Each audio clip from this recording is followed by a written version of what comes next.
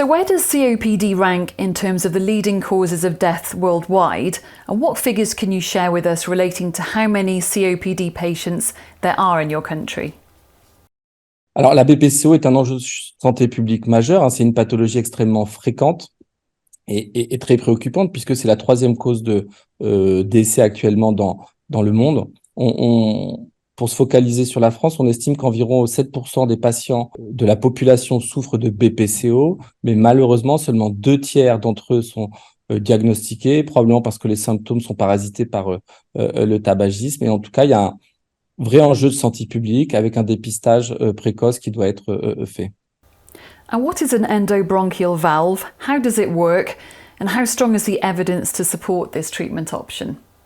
Alors, la valve Zephyr, c'est une valve unidirectionnelle, hein, qui va être implantée dans tous les segments qui vont alimenter le lobe que vous avez ciblé. Une fois qu'elles sont implantées, l'air va sortir du lobe sans pouvoir réentrer dans celui-ci. Ça va entraîner une réduction de volume et puis de façon consécutive, le lobe ipsilatéral ou les lobes ipsilatéraux vont pouvoir se réexpandre, ce qui va améliorer leur fonctionnement, réduire la pression sur le diaphragme et permettre d'améliorer les paramètres fonctionnels.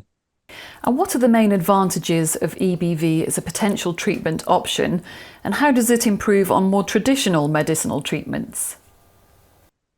Alors, il faut savoir que les techniques de réduction de volume par voie endoscopique s'insèrent en fait dans un intervalle entre les bronchodilatateurs qui ont une efficacité plutôt modérée sur l'hyperinflation, ou en tout cas variable, et puis la chirurgie qui peut être proposée, mais qui a quand même un taux de complication qui est un peu plus important.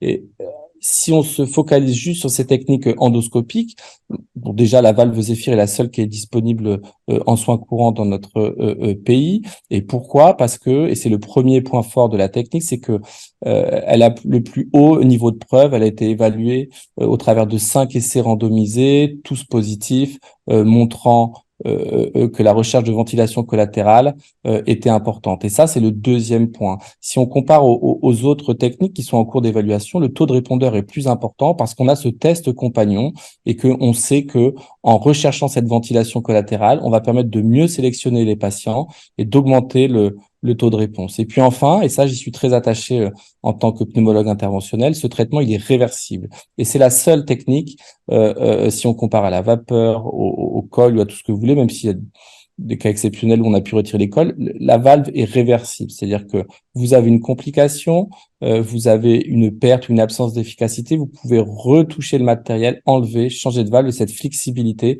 est pour moi un point qu'il faut souligner. And what endorsements does EBV have as a standard of care? Alors, la valve Zephyr est clairement retrouvée dans un certain nombre de recommandations. Ce qu'on sait aujourd'hui, c'est que dans les conditions de remboursement dans notre pays, que le traitement doit être proposé aux patients qui ont une BPCO sévère à très sévère, avec une hyperinflation significative, ce qui veut dire que le volume résiduel est à plus de 175%. L'autre point important, c'est que ces patients doivent être invalidés dans leur vie quotidienne et donc avoir un score MMRC pour la dyspnée supérieure ou égale à 2, malgré, et ça j'insiste, un traitement médical optimal. C'est-à-dire que le patient qui arrive, qui remplit les critères fonctionnels mais qui n'a jamais vu de pneumologue, il faut commencer par les bronchodilatateurs avant de proposer les valves. Mais ce sont actuellement les conditions qui permettent de proposer le traitement aux patients. The 2023 GOLD guidelines have been updated. What has changed and what other supporting studies are there? Alors, les recommandations publiées en 2023 ont été l'occasion, comme d'habitude, de faire une petite mise à jour. La première qui me semble importante, c'est la modification de la classification des patients en termes de phénotype, qui est extrêmement importante, puisque les valves, par exemple, s'adressent aux malades non exacerbateurs, alors que d'autres techniques vont arriver pour ce type de complications. Et donc, on est passé d'une classification A, B, C, D à une classification simplifiée A, B, E. Les traitements, la place des différents traitements bronchodilatateurs, de la bite, de la trithérapie ont également été revus, soulignant l'importance de la présence ou l'absence de l'éosinophilie sanguine. On peut également ajouter que de ces recommandations, on tire des modifications des pratiques, en particulier le rôle du scanner qui est souligné pour éliminer un diagnostic différentiel et peut-être à l'avenir qui servira également de dépistage individuel.